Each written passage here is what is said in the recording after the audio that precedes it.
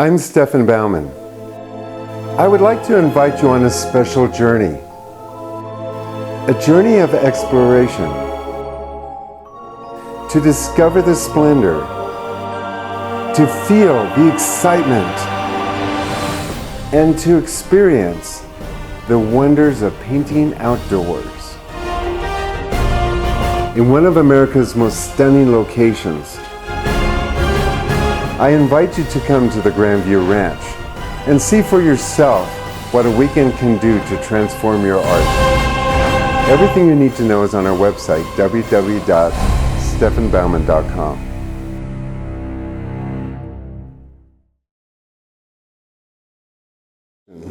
Yes, I wanted to know a little more about the coaching process, how you coach somebody. Okay. Like you don't see them, so you don't see their work, really. So how do you know? Okay, so my coaching thing. And she asked me about it, and there were a few people that want to know. So I want to go over this a little bit so that you guys might, what's that all about? But it's really cool. My coaching classes amaze me. I am totally like crazy about them. And I never knew that this was going to work so well. But I see that. I mean, one of my students that I've been working with for like a year and a half, maybe 2 years, I'm driving home yesterday and I'm looking through my YouTubes, and now he's producing YouTube videos on painting.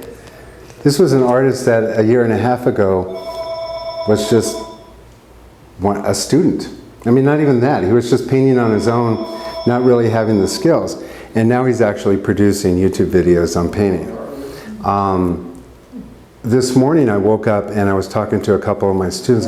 I'm like going, you've been with me for 3 months. Look at that. I was like, this isn't your painting.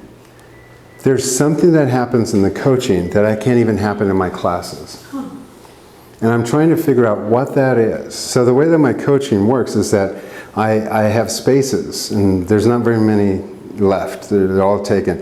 All day Saturday, I start at 4:30 in the morning. I go till 8 o'clock at night. There are 33 students I talk to on Saturday. So then I had more people that wanted coaching, so I opened up Monday morning from 4 to 9.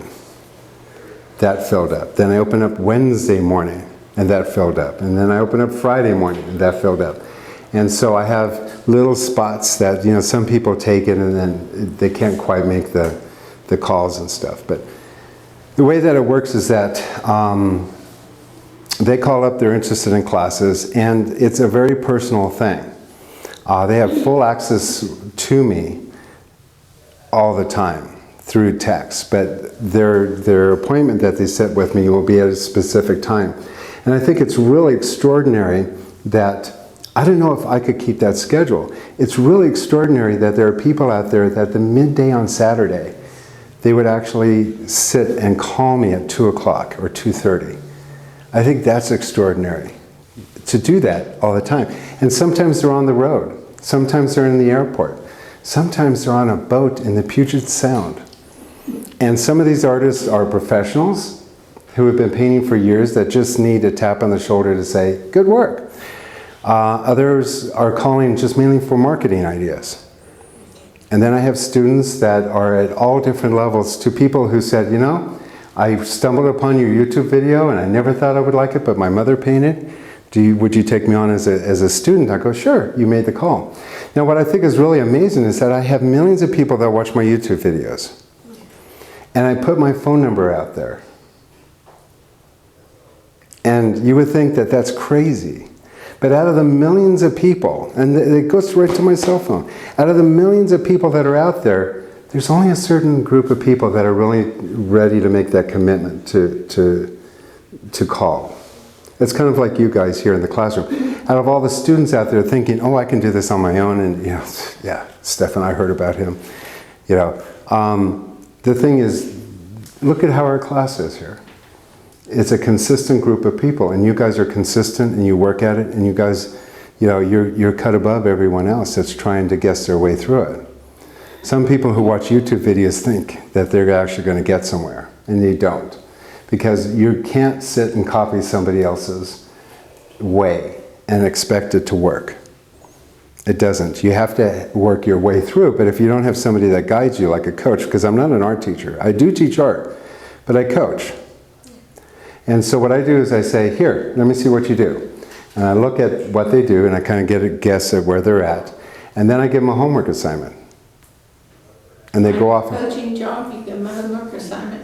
It's just like this class. Do they send it on text or on? Yeah, so what they do is that once they're registered and they're in, I give them a homework assignment, and then the following week I expect them to call at their time. Now it's every half hour, so I usually go from one call to the other with no break. And the people go, how do you do that? And I go, because these people are awesome. I just had a gal today, I stepped out, she's from Czechoslovakia. I mean, imagine a lady in Czechoslovakia calling me for classes. And she says, I just know this is right. I'm not going to get anywhere the way I am. And I go, yeah, you're right. You have to make that kind of commitment. All of my students have made that commitment, and they're all doing extraordinary work. I mean, I'm blown away. So what they do is they send me a photograph of their homework assignment plus their setup, and we all work from originals so that you don't get a chance to copy anyone else. And I don't give them any suggestion of how to do it. I just go, here, this is what I want you to do it. And then they send the picture to me, and they make their call. So you don't do it on FaceTime? No, no FaceTime, no Skype. Because whenever I'm on FaceTime or Skype, I'm always like, yeah, it's like, you're too boggled down with that. The difference between all of that is, and I don't know what it is, I've been trying to figure out why coaching works so well, because I'm talking to students who've been with me for months, and they paint. It's not that they're more talented, but there's something about the way that the information is delivered. Now, when you're in a classroom like this, I'm pointing here and I'm doing this, and you're watching, Dottie's thing, and you're not attached to this, so you're kind of listening to see little bits of information that you can attach. But you're not really working, that way. And if this were your painting, you would kind of watch and go, oh yeah, that would be kind of nice, but it's not really that intense. Now, if you can think, you're going to have the phone to your ear, and you're looking at your paintings on your computer, and I'm speaking into your head. And I'm going, first thing I ask, so what were you thinking? Because that's just, because I think being a coach, you have to listen. Because oftentimes the problem is not in the painting, it's in what's going on in the background. So then I ask them, so what were you thinking? And they'll tell me, and I'll see whether or not I agree with them. And then I will go in and I'll start coaching what they do. Now, in the process of while I'm coaching and telling them, what needs to be done with the painting and what's missing and what, they're not painting. They're not participating in any kind of visual, they're not allowed to sketch, they're not allowed to take notes. All they do is just sit and we converse over the painting while you're staring at the painting and while I'm staring at the painting. And as I'm giving my coaching, mentally, you're trying to figure out what it is that I'm trying to say, and you're pre-forming what needs to be done to the painting. And you're literally working at a different level than you are when you're just casually watching somebody paint. You might pick up something, but when I'm dealing directly with the issues that you're having problems with, and I'm telling you how to correct them, and you in your mind are trying to hold on to that information and visualize how you're going to make that happen. You're visualizing that moment. You get it. You get it. When I sit and talk about things and I say, oh, it's going to take you 8 months to get it, that's usually in my classroom. It takes 8 months for some stuff to get. My coaching students in 2 or 3 weeks. I'm like, whoa. And some of you still struggle with some of the stuff that I tell you about. But I think it's just the ear, brain, and visualization.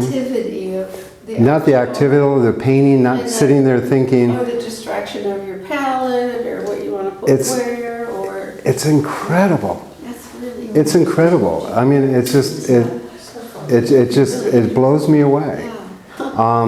And I don't know why people don't do it. They think, oh, you have to have FaceTime, you have to have this. A lot of teachers out there are selling packages. You buy so many DVDs and stuff. I know, I produce DVDs. I hand them out freely at the plein air convention. Here, you want a DVD? Here, I know you're not going to get that much out of it. And the thing is, with the problem with DVDs is that, well, they're not a problem, but the thing is you can only absorb what you know at that time. And so a lot of times they're saying stuff and doing stuff that you really are not even kind of in touch with, especially since this is a new teacher. I mean, when you're with me and I talk about checkering or bird holes, you go, what is that? Now, if I say that on a DVD, it's like, what does he mean by that? But students who work with me intimately get that knowledge, that inside track, and our language starts to develop. And I find when I'm talking with students, the rhythm of how they talk and the way that I talk becomes similar. And so I have students with accents, so I kind of gauge, you know, I kind of change my way of communicating with them. It's a direct relationship. And it's a very close personal relationship that I really, you know, there's a lot of trust, and I admire that people would actually put that kind of trust in me. But I'm not out to do anything except make them into really great painters.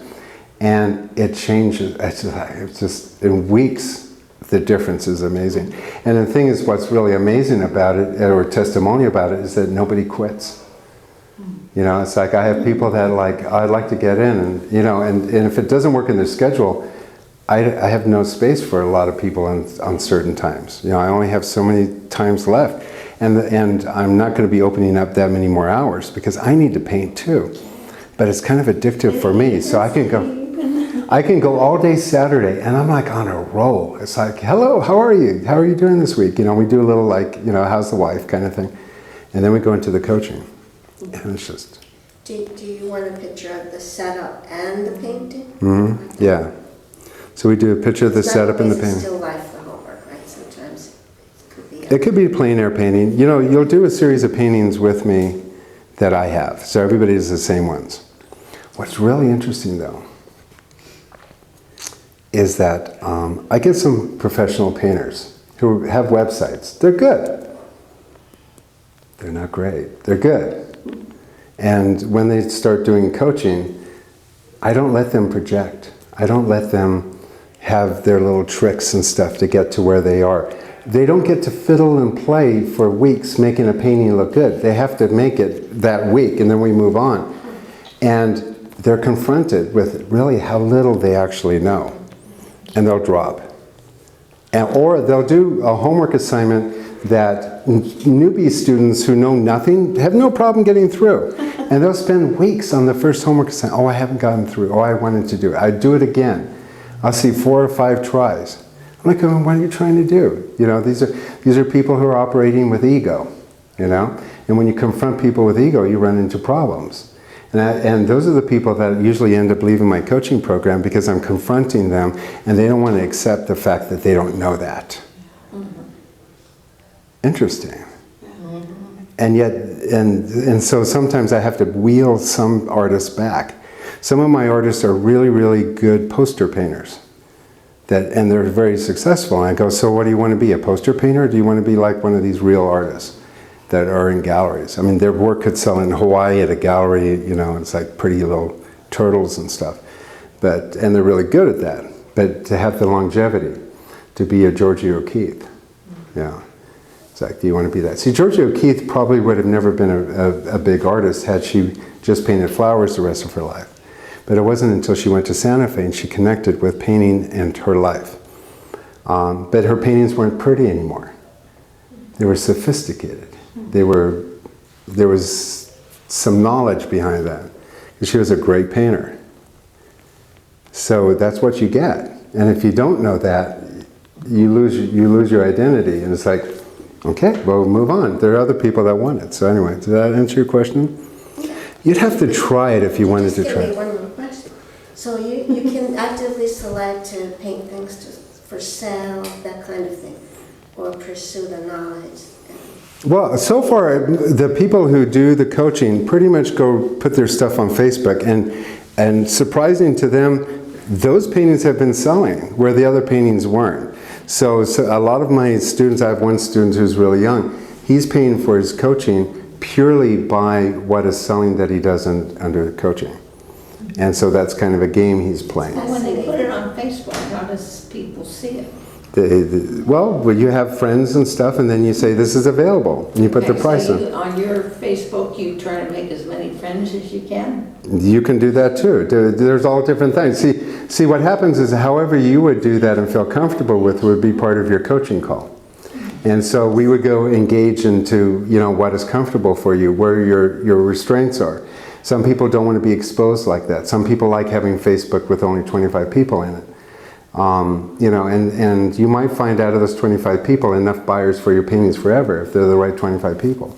Or you could just have a Facebook for your artwork. Yeah. But the thing is, there's Instagram and eBay, and he's learning how to work all of these things. And in the process, we're developing other options. And so I have one student that ended up going to some really major art events, thousands of dollars of investments. Yeah, and then there's sites, aren't there, that they have like a gallery? You can do that, like Fine Art America and stuff, and we coach through that too. And then I help them weed through competitions. And what's really surprising is that most of my coaching students that I've had for a little over a year are starting to put their work in competitions. I mean, that's really how secure they are with putting their work out. So I don't know what it is, but it's so intentional, so direct, so at them with the coaching that it really progresses their work. So, yeah. Once a week? Once a week, yeah. Yeah, but then they have me available via text. Yeah. And so if they have a question like what white tooth should I use, or I'm at the art store, I'm making an order, what brushes, I can answer that. So they have me 24/7. And it's surprising with all of the students that I have, nobody really takes advantage of that. Yeah, they respect your time. Yeah, they do. But every once in a while I go, help! And they'll take a picture and I can just say, okay, a little bit more, blue in the sky, you'll be fine. And so it gets them over that thing. So it's kind of nice to have that, but it's really great. So. And then do you charge them by the month like you do? Yeah, it's monthly. Yeah, so it's a monthly fee, and it's not that high. It's like you spend more going to Starbucks every day, buying coffee. Well, how much is it a month? Right now, on my website, I advertise it's $150 a month. But right now, my students are paying $125. But of course, So it's the same fee as here? It's the same thing as I do in my classes, yeah. Yeah, but it's a half an hour direct. Yeah. That's actually sometimes more than you get here. Yeah, I wonder yeah. if part of it's so successful because they have your undivided attention. That's it. That's it. And Back and forth, and they have to be on it too. And, Yeah, they have to be awake, and I don't know, it doesn't work with me. It's like, so it's like, you fool. No, I don't. I don't yell at that.